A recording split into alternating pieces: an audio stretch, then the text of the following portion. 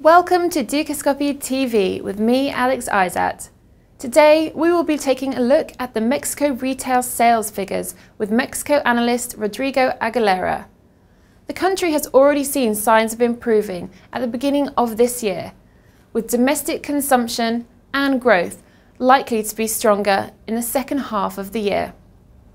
Rodrigo, is Mexico on its way to a full recovery?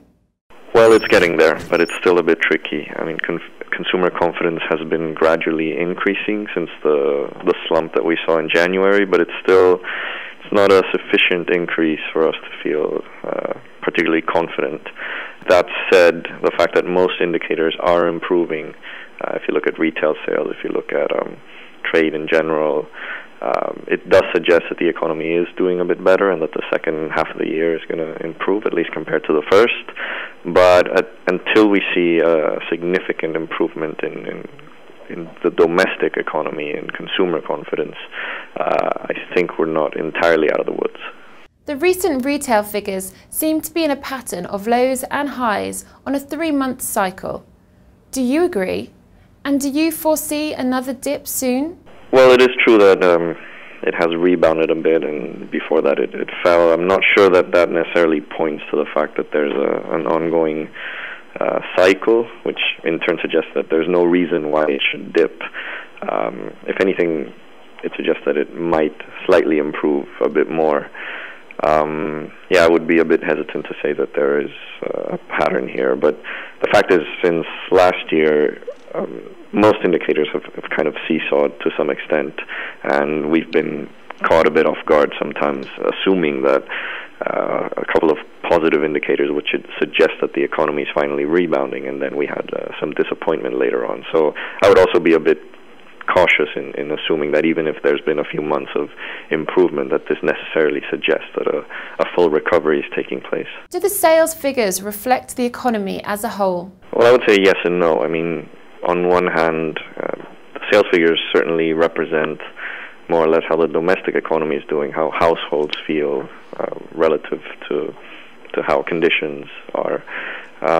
But they don't reflect a big part of the economy, which is the external sector, and a lot of some of Mexico's most competitive sectors are export-oriented industries.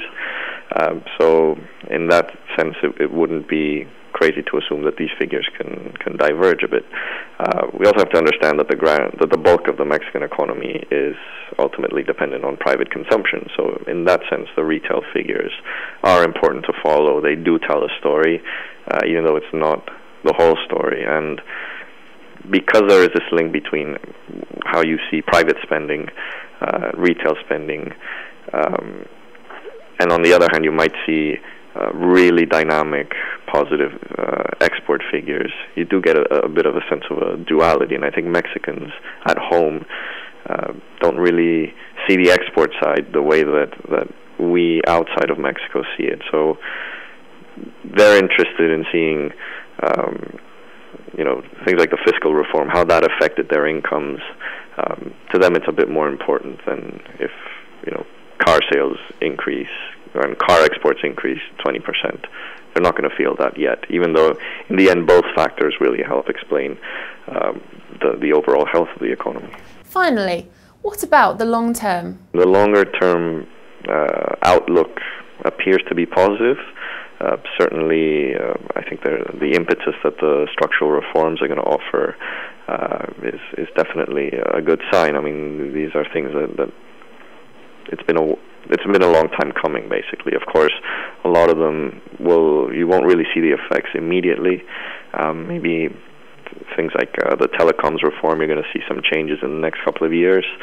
Energy reform, it's still going to take a while. I mean, we're not going to see, we might start seeing some announced investments, but to actually see maybe production go up, that's going to take maybe until towards the end of the decade.